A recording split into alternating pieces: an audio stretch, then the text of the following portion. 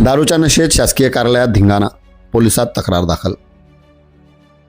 तळोदा येथील प्रकल्प कार्यालयात दारूच्या नशेत येऊन आरडाओरड व दमदाटी केल्याप्रकरणी संग्राम मारुती परसोडे, अधीक्षक राहणार शासकीय आश्रमशाळा सरी, तालुका अक्कलकुवा, जिल्हा नंदुरबार यांच्या विरोधात गुन्हा दाखल करण्यात आला आहे। याबाबत तक्रारदार तुषार राम दुर्वे व 29 कनिष्ठ लिपिक प्रकल्प कार्यालय तळोदा यांनी फिर्याद दिली आहे।